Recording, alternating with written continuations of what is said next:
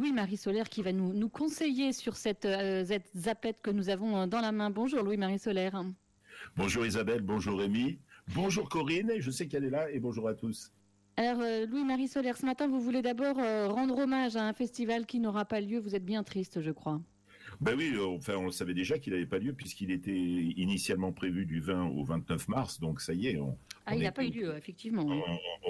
Au courant, le festival Ciné Latino, mais la nouveauté c'est que ils ont quand même maintenu le festival mais en ligne, c'est-à-dire que la compétition a lieu, les différents jurys qui apparaissent et qui doivent juger les films donc pendant cette manifestation vont le faire et il y aura un palmarès. À noter que 5 des documentaires qui sont en compétition sont visibles sur une plateforme en ce moment jusqu'au 24 avril et cette plateforme c'est Tenk. Ça s'écrit TENK.fr et on a accès donc aux 5 films. Il faudra payer 6 € pour voir les 5 films. Notez que parmi ces jurys, il y a le jury Cygnis qui va attribuer son prix justement à un documentaire. Vous savez que Cygnis, c'est l'Association catholique mondiale pour la communication. Oui. Les membres du jury sont au nombre de 3. Il y a Valérie Demarnac, Clara Planels et Juan Carlos Carillo. Alors, regarder les films ne fait pas de nous un juré, hein ? Non. Non, c'est juste pour avoir la possibilité de voir les films comme on le ferait si on avait la possibilité d'aller en salle, mais là on les voit en ligne. Après les jurys font ce qu'ils auraient fait d'habitude, sauf que là ils ne bougeront pas de chez eux et donc le palmarès sera proclamé le jeudi 23 avril sur le site de Ciné Latino, cinélatino.fr. Nous aurons probablement l'occasion d'en reparler alors. Vous savez aussi que certains films ont pâti de la fermeture des salles de cinéma et pour cause. Et donc, il y en a un en particulier qui sort mercredi, prochain. Il aurait dû sortir le 18 mars et il sort mercredi prochain, en fait, aujourd'hui, je dis des bêtises. Ouais. Et c'est Forte, le film de Katia Levkovitch avec Mela Bédia et Valérie Lemercier. C'est une comédie que vous pouvez voir en exclusivité, ils le mettent bien en gros, sur Amazon Premium. D'accord, Forte avec et de Valérie Lemercier. Non, c'est pas Valérie Lemercier qui réalise, c'est Katia Levkovitch, mais elle joue dans le film et avec Mela Bédia. Et alors maintenant, si vous voulez, on peut commencer à regarder les films qu'on. Oui, on est là pour ça. On va le faire, bien sûr qu'on va le faire. Pourrait regarder avec entrain depuis son canapé. D'ailleurs, je vous propose un petit extrait pour commencer. Bonjour à tous. Je vais trouver des investisseurs chez les humains. Vous avez 15 jours pour rendre ce parc le plus effrayant qui soit. Alors, faites peur. Sinon, vous savez tous ce qui vous attend. Qu'est-ce qui nous attend ? On va tous en enfer. On n'y est pas déjà ? Quelque chose me dit que c'est un film pour Rémi, ça. Oui, effectivement. Mais pas seulement, pour tous les publics. Il est tout public. Et comme Rémi est tout public, c'est parfait. Ça s'appelle Zombielenium. C'est signé Arthur Depin et Alexis Ducor. Et Arthur Depin adapte au cinéma la BD qu'il avait imaginée, puisqu'au départ, c'est un dessinateur de bande dessinée. Et cette BD, c'est Zombielenium. On est dans un parc d'attractions d'épouvante qui s'appelle, donc vous l'avez compris, Zombielenium. Et les monstres ont le blues.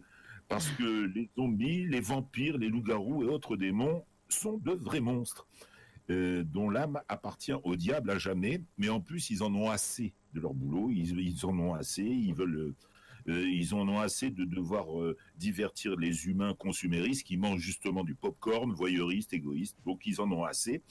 Et ils pensent qu'ils vont pouvoir profiter de l'arrivée d'Hector, un humain contrôleur des normes de sécurité. Évidemment, le parc d'attractions ne respecte pas les normes de sécurité. Donc ils pensent qu'ils vont être débarrassés de ce boulot pénible. Faux. Il va avoir un accident, le petit, et il va devenir monstre lui aussi. Et qui risque de devenir, et il va devenir la nouvelle attraction phare de Zombielenium. C'est bien fichu. On retrouve dans le film, vous savez, les différences de classe. Alors évidemment, il y a les monstres qui sont au-dessus du panier, les vampires évidemment. On pense bien sûr à Twilight et à Robert Pattinson évidemment. Et puis les loups-garous, les zombies, les momies, les sorcières, tout ça, c'est les monstres de série Z. Ils n'intéressent personne, parce que il faut faire peur, mais avec humour. C'est ça la consigne. Et à propos de faire peur, est-ce qu'on peut le montrer à des petits, ce film? Oui, parce que c'est des monstres qui font gentiment peur, parce qu'il y a évidemment... Non, parce que justement, il y a une histoire très disneysienne au milieu. Le contrôleur, Francis, est papa d'une petite fille qui rêve que d'une chose, d'aller visiter Zombilenium. Et en plus, son papa va devenir un zombie ou un autre monstre. Donc on va avoir un regard tout à fait décalé et c'est très amusant et très intéressant.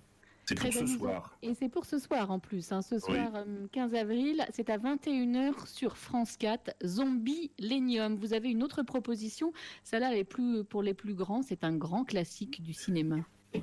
Et oui, sur la route de Madison. Vous avez vu, j'ai pris une voix suave, un grand classique de cinéma. C'est ce qu'il faut. C'est ce qu'il faut. Vous vous souvenez de l'argument, Isabelle, au moment où Francesca meurt, ses deux enfants, un garçon et une fille, découvrent que son secret, parce qu'elle a le vœu de voir elle a fait le vœu de voir ses cendres dispersées d'un pont, et elle veut pas être inhumée auprès de son époux qui est décédé depuis des années maintenant. Alors ils comprennent pas trop. Et pourquoi ? Eh bien parce que elle a eu une liaison de 4 jours avec un photographe, Robert Kincaid, il y a longtemps.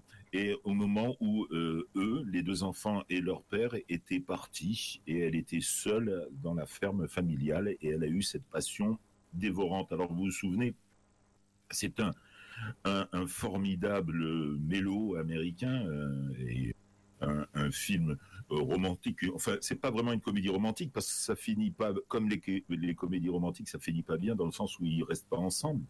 Mais en fait, le film est quand même l'adaptation d'un best-seller à l'eau de rose de Robert James Waller, qui avait été présenté à l'époque comme inspiré d'une histoire vraie, alors que c'est pas vrai du tout. Et c'est une fiction complète. Et même, il avait un peu pompé sur une pièce de théâtre qui avait du succès à l'époque. Ce qui fait la force du film, c'est la tension entre la banalité de la vie quotidienne de cette femme, une mère de famille dans les années 60, qui fait vivre justement qui est le ciment de la famille, avec cette passion dévorante, avec son caractère dévastateur. Et alors qu'elle aurait pu avoir une nouvelle vie, ses enfants étant déjà ados, elle aurait pu divorcer. Le sens du devoir de cette femme. Sa passion, elle préfère rester avec son mari. C'est des gestes simples en fait qu'on voit dans le film. Vous vous souvenez, le partage d'un rafraîchissement, éplucher les légumes pour un repas, une promenade la nuit dans un jardin. C'est un lyrisme finalement tranquille, mais une passion dévorante, et c'est ce qui a plu, et c'est un film vraiment extraordinaire. Et ça s'appelle Sur la route de Madison, c'est évidemment de et avec le beau Clint Eastwood. C'est jeudi 16 avril à 21h05, ça sera sur Chéri 25. Un dernier film pour la route, Louis-Marie Solaire.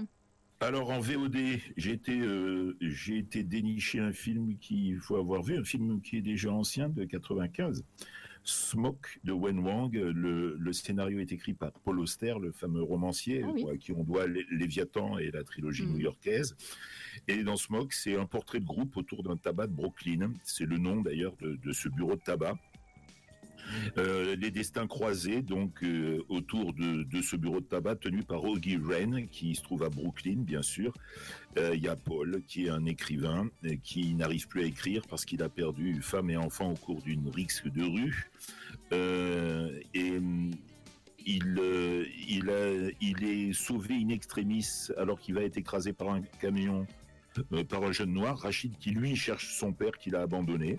Et puis Augie, le patron du tabac, a maille à partir avec Ruby, qui est une ancienne flamme et qui veulent lui avoir une pension de lui pour qu'elle s'occupe de leur fille. Elle prétend qu'ils ont eu une fille ensemble. Voilà tout ce qui se passe. Tout ça. Il s'en passe des choses.